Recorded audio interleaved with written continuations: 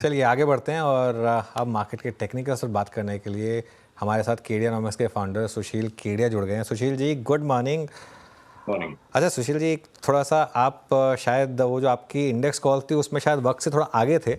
अब वो करेक्शन आई, अब इस करेक्शन में आप कहाँ मौके ढूंढ रहे हैं? निफ्टी और बैंक निफ्टी में जो डिक्लाइन आई, क्या ये अब एक सिग्निफिकेंट करेक्शन की शुरुआत है या फिर ये बस यहीं पर रुक जाएगी? और इस बार पोर्टफोलियो भी डैमेज हुए, लोगों के कैश स्टॉक्स में काफ़ी सेलिंग आई है। तो देखिए, जो ये 1500-1600 पॉइंट अब निफ्टी में निकल गए हैं और जिस रफ्तार से ये फॉल आया है, अगर पीसीआर मेरे स्क्रीन पे से लगी चार्ट को दिखाए तो मैं चार्ट को रेफर करके बताना चाहूंगा बातों को। तो जो डाउन ट्रेंड लाइन अब बनी है लास्ट 6 दिन के फॉल की, देखिए स्क्रीन पे जो चार्ट दिख रही है, इसमें हम उस डाउन ट्रेंड लाइन को टच भी नहीं कर पाया जिस माइनर रिबाउंड में। तो जब तक ये लाइन नहीं टूटती है तब तक तो कोई सौदे को छेड़ने का मतलब ही नहीं है। और अगर आप थोड़ा सा लॉन्गर टर्म चलो, इलेक्शन बॉटम वाले दिन से, जो इलेक्शन के पैनिक बॉटम वाले दिन से, उस लकीर को अगर हम तोड़ चुके हैं, तो मोटी मोटी बात ये 25,300 के ऊपर जब तक हम निफ्टी पे नहीं जाते हैं, और बैंक निफ्टी में भी आप देखिए 25,300 के ऊपर जब तक हम निफ्टी में नहीं जाते हैं, तो कोई मंदी के सौदे को छेड़ने की बात ही नहीं। 24,000 तक भी ये चली जाएगी तो कोई आश्चर्य नहीं होगा। देखिए, ये सुनने में 1000 पॉइंट 1500 पॉइंट बड़े लगते हैं, तो 25,000 की निफ्टी पे 1000 पॉइंट खाली 4% हुआ। और बैंक निफ्टी की तो दुर्गत और ज्यादा होनी है, ऐसा लग रहा है साफ साफ। तो 51,600 का बैंक निफ्टी का मैं एक स्ट्रेटेजिक स्टॉप लॉस कहता हूं, इंट्राडे ट्रेडिंग स्टॉप लॉस नहीं। 51,600 के ऊपर जब तक नहीं जाती है बैंक निफ्टी, तो ये 48,000 हो जाए तो कोई बड़ी बात नहीं है अनुज। ओके, तो फिर इस समय भी स्ट्रैटेजी क्या इंडेक्स पे शॉर्ट ऑन रैलीज रहेगी? ये जैसे मतलब फ्राइडे को हुआ या कल हुआ कि जहां रैली फेल हो वहां शॉर्ट कर दो, क्या ये स्ट्रैटेजी होगी इस समय? हाँ जी, हम आज सवेरे थोड़ा सा सहमे हुए थे कि देखते हैं क्या इलेक्शन के नतीजे होंगे, तो न तो उधर से कोई ऐसी बेयर्स की चिंता की बात बन रही है, और इंट्राडे में भी जो आज कोई रैली का भी जो पैटर्न आया, बस वो माइनर रिबाउंड है। तो जो भी ऊपर का रिबाउंड है इंडेक्स में तो सेल है, इंडिविजुअल सेक्टर्स एंड स्टॉक्स में थोड़ी बहुत हेराफेरी, थोड़ा अदल बदल हो सकता है।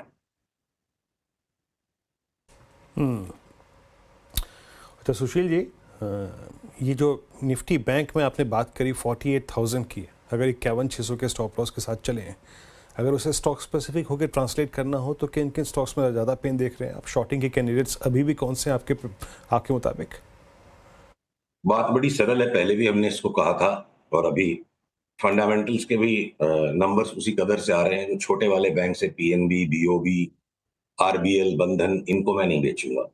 इनको हम बल्कि लॉन्ग टर्म बाई के हिसाब से सारे एक्यूमुलेट जोन में इनको हम ले रहे हैं। और बड़े वाले जो भी बैंक है, जो हाथ में आ जाए, जिसमें रिबाउंड पकड़ में आ जाए, बेच दो।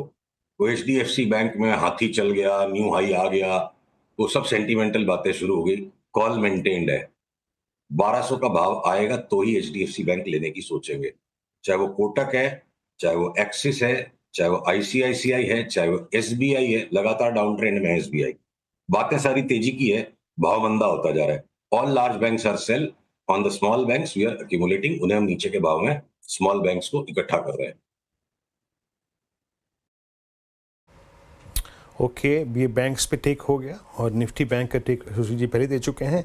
मेटल्स पे क्या कर रहे हैं आप सुशील जी? आपने लास्ट टाइम मेटल्स को अच्छे से खेला था, और अब मेटल्स पे क्या कर रहे हैं आप इतने बड़े पुल बैक के बाद? जब Nifty metal index last week एक स्ट्रॉन्ग मूव दे किया गया, ऑल टाइम हाई पे गया, अब जो प्राइस मिल रहे हैं ये किस एक्शन के लिए बेटर है? मेटल्स में भी देखिए थोड़े विरोधाभास हैं। सिलेक्टिव कुछ मेटल्स पे हम लॉन्ग्स हैं और लॉन्ग करेंगे। तो मैंगनीज से रिलेटेड जो भी दो स्टॉक्स हैं हमारे पास, एक एमओआईएल और एक सांडूर मैंगनीज। थोड़ा वक्त होता तो मैं आपको ग्लोबल मैंगनीज फ्यूचर्स की चार्ट दिखाता। बहुत बड़ा रिबाउंड है मैंगनीज के, अंडरलाइन कमोडिटी मैंगनीज के प्राइसेस में। मैंगनीज के कंपाउंड के फ्यूचर्स चलते हैं।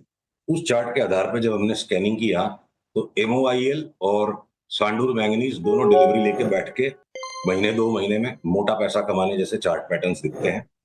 अब अगर हम स्टील के स्टॉक्स में आए, तो सेल जिस किसी कारण से बहुत दबा हुआ नीचे रह गया था, तो लैगार्ड जो एक सेल है, वो यहां से फटता चला जाए ऊपर, और उसी तरफ जिंदल ग्रुप के जितने भी स्टॉक्स है फ्यूचर्स में उनको हम शॉर्ट करेंगे। जेएसडब्ल्यू में के दोनों जो लिस्टेड स्टॉक फ्यूचर्स के स्टॉक्स है दोनों में शॉर्ट सेल सिग्नल है, और टाटा स्टील में थोड़ी बहुत और गुंजाइश हो सकती है। तो बचे क्या, एनएमडीसी जो माइनिंग का स्टॉक है मोर देन मेटल्स, मैं बोलता हूँ उसको डिलीवरी लेके आज बैठे यहाँ से, अगले 2 महीने में यहाँ से 30-35% मिल सकता है। तो मेटल्स को एक ब्रॉड लेबल लगा के सारे मेटल्स को एक जैसा देखना हमें चार्ट्स पे उचित नहीं लग रहा है। अलग अलग काम मेटल्स के स्टॉक करें, कुछ स्टॉक्स में तेजी करके बड़ा पैसा मिलेगा, कुछ में मंदी करके मिलेगा। ओके, आईटी में क्या व्यू है अब इस समय सुशील जी? टीसीएस के नंबर्स आएंगे इस हफ्ते, यहाँ पर क्या व्यू बनेगा? देखिए चार्ट का तो जो गणित सिंपल है, हर चीज के किसी न किसी कंपनी के नंबर्स आते रहेंगे, कभी कभी अमेरिकन कंपनी के आएंगे, यहाँ आएंगे।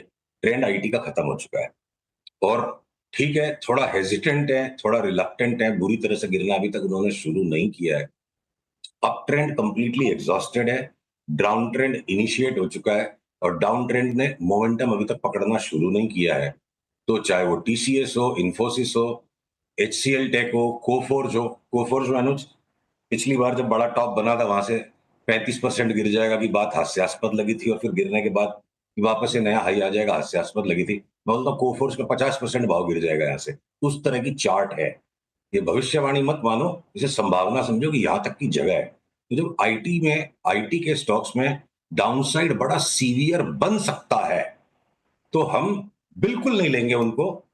5% कमाने का मौका छूट गया कोई स्टॉक में तो छूट जाएगा, और जैसे जैसे हमें सिग्नल मिलते जाएगा हम उनको बार बार बेच बेच के कमाने की कोशिश करेंगे। ओके, चलिए, बहुत शानदार सुशील जी, बहुत बहुत शुक्रिया। अगले ट्यूसडे आपसे वापस बात करेंगे। Thank you so much.